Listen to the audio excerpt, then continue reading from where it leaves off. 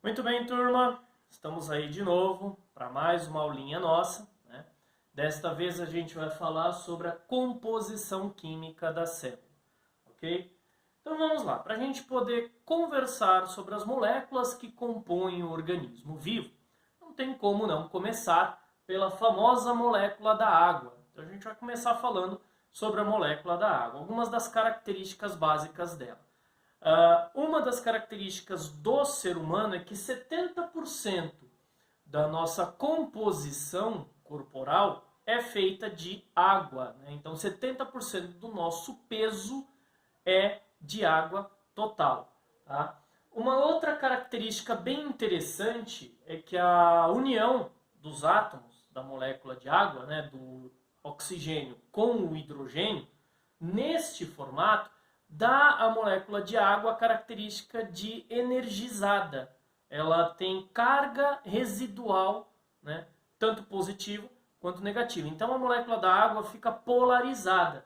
Isso é muito importante porque ela pode realizar vários fenômenos, né, que são importantes para o metabolismo nos seres vivos. Dentre elas, uma eu vou destacar, que é a famosa ponte de hidrogênio. O que é isso? O hidrogênio, como ele vai ter uma carga residual, ele vai atrair outras moléculas, inclusive outras moléculas de água. Só que como essas moléculas de água elas têm carga residual tanto positiva quanto negativa, a gente vai ter um processo até mesmo de certa repulsão. Então essa ligação não é total, é estável, mas ela não é total. E os organismos vão se utilizar disso. A gente vai ver mais para frente que até mesmo os ácidos nucleicos, por exemplo, são moléculas nossas, da receita da vida, se utilizam das pontes de hidrogênio, por conta dessa facilidade de ligar e desligar. Além disso, essa polarização da água, ela dá também a característica de outras substâncias, como substâncias hidrofílicas, que quando estão em presença de molécula de água, acabam se dissolvendo. Já as substâncias hidrofóbicas, como é o caso dos lipídios, né, das gorduras e dos óleos, que são moléculas apolares, que não têm nenhuma carga, não têm reação. Então elas acabam não se dissolvendo. Outra curiosidade, a molécula de água ela também vai participar na formação de moléculas, na síntese de moléculas dentro do nosso corpo, ou no metabolismo. Como aqui neste exemplo, a gente tem dois aminoácidos que, quando eles se ligam, eu tenho a liberação de uma molécula de água. É chamada de síntese por desidratação. Aqui do lado, nós já temos um disacarídeo, um açúcar, que quando ele é quebrado, ele tem dois pontos moleculares livres. Para tamponar esses dois pontos moleculares, eu quebro uma molécula de água e unifico nesses pontos. É chamado de síntese por desidratação.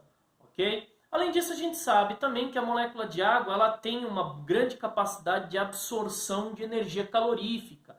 Por isso a gente usa ela como moderador de temperatura, né? Para controlar o nível de temperatura dentro do nosso corpo.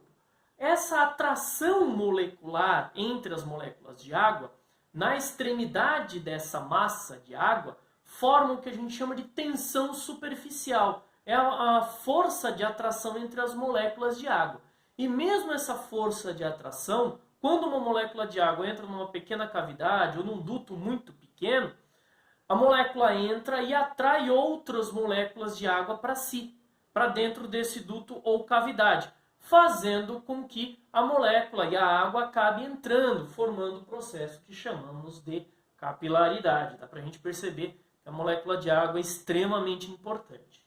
Outro elemento também que nós temos, outra substância que nós temos dentro do nosso corpo, são os famosos sais minerais. São utilizados aí em várias substâncias, como íons, a gente usa muito íons de sais minerais. Podem ser usados em substâncias, em estruturas esqueléticas, várias situações, né? E a gente classifica esses sais minerais de acordo com a quantidade que a gente precisa por dia. Então, se a gente necessita de mais de 100 miligramas por dia, a gente chama de macronutrientes. É o caso do cálcio, do fósforo, do potássio. Já quando a gente utiliza a gente necessita desses sais minerais em pequena quantidade por dia, abaixo de 100 miligramas, a gente chama de micronutrientes, né? É o caso aí do ferro, do flúor e do iodo. Outra substância muito utilizada por nós também, os famosos glicídios, que antigamente eram chamados de açúcares. Hoje recebem o nome de glicídios, glúcides ou hidratos de carbono. Eles têm 3 classificações, mas a sua classificação básica, né, a sua molécula básica, é o monossacarídeo. Esse monossacarídeo são moléculas básicas de açúcares que podem ser classificados de acordo com a quantidade de carbonos na molécula, que vai de 3 até 7 carbonos. Então, e também recebem nomes por conta dessa quantidade de carbonos. Então, uma molécula que tenha 3 carbonos é chamada de triose. As que têm 4 carbonos, tetroses. As que têm 5 carbonos são chamadas de pentoses. E aqui eu separei 2 que são muito importantes, né? A ribose, que é utilizada para formar o RNA, e a desoxirribose para formar o DNA. Né? Aí a gente tem as hexoses, que tem 6 carbonos na molécula. A maior parte dos açúcares energéticos que a gente tem são hexoses, glicose, frutose, galactose. E as heptoses, que tem 7 carbonos, mas que a gente pouco utiliza. Além da classificação monossacarídica, a gente tem mais 2 classificações. Quando você tem 2 monossacarídeos associados, tem o que chamamos de disacarídeo. Aí tem alguns exemplos, a maltose, a sacarose e a lactose. Alguns autores utilizam o termo oligossacarídeo. Isso quer dizer, são ligações de monossacarídeos curtas, né? São cadeias curtas que vão de 2 monossacarídeos até 10 monossacarídeos, mas isso alguns poucos autores utilizam. E quando você tem moléculas enormes de monossacarídeos associados, que a gente chama de moléculas de reserva, nós temos o famoso polissacarídeo, são as famosas moléculas de reserva. Tá? Os lipídios, moléculas de gorduras, óleos, né, que a gente tem, como eu havia dito, são moléculas apolares, elas não têm cargas residuais, então não têm reações com a molécula de água. Né? Além disso, são extremamente energéticos, até mais energéticos do que os açúcares, só que por serem moléculas muito estáveis, são difíceis de serem metabolizadas. Elas possuem 5 classificações, né? Dentre elas, a gente tem os glicerídeos, que são as gorduras e os óleos humana, né? Formado a partir mesmo do açúcar. Okay? Nós temos os cerídeos ou as ceras, que são usadas para impermeabilizar substâncias, no caso de folhas vegetais, de casca de vegetal. Né? O ser humano também usa as ceras, como é o caso da cera de ouvido, que é usado aí para impedir que micro-organismos se desenvolvam. Os carotenoides são pigmentos presentes nos vegetais, que vai do amarelo até o vermelho. Né? Esses pigmentos são usados como vitaminas, como cofatores. Né? Os fosfolipídios, outra categoria de lipídios, que é usado para montar a membrana plasmática. E os esteroides, que são moléculas especiais de lipídios para formar aí os nossos hormônios sexuais. Tá? As proteínas são moléculas muito importantes, porque são moléculas estruturais, que compõem quase tudo dentro do nosso organismo. Então são moléculas aí com muitas características. E vamos começar falando sobre a molécula base da proteína, que é o aminoácido. Aqui a gente tem um exemplo do aminoácido. O aminoácido ele é composto por um carbono central, um grupamento amina, representado pelo nitrogênio, e um grupamento carboxil, representado por carbono e oxigênio, a ligação de um hidrogênio e uma ligação com um determinado radical, que pode ser qualquer coisa. Né? Pode ser qualquer substância, um átomo, um outro elemento. Tá? Cientistas encontraram, né, pesquisas mais recentes descobriram que existem mais de 200 tipos de aminoácidos. Algumas pesquisas mais recentes ainda dizem que nós, seres humanos, usamos até 40 aminoácidos diferentes. Mas, para efeito de estudos, a A gente vai trabalhar com 20 aminoácidos. Essa tabelinha aqui, 20 aminoácidos conhecidos para a espécie humana.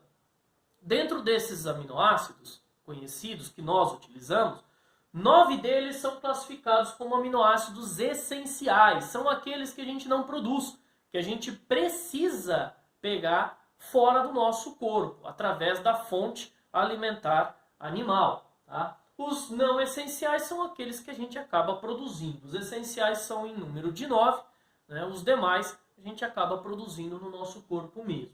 Quando você tem dois aminoácidos que se ligam, é o que a gente chama de ligação peptídica. E dependendo do tamanho dessa cadeia que foi formada, ela pode receber nomes estruturais.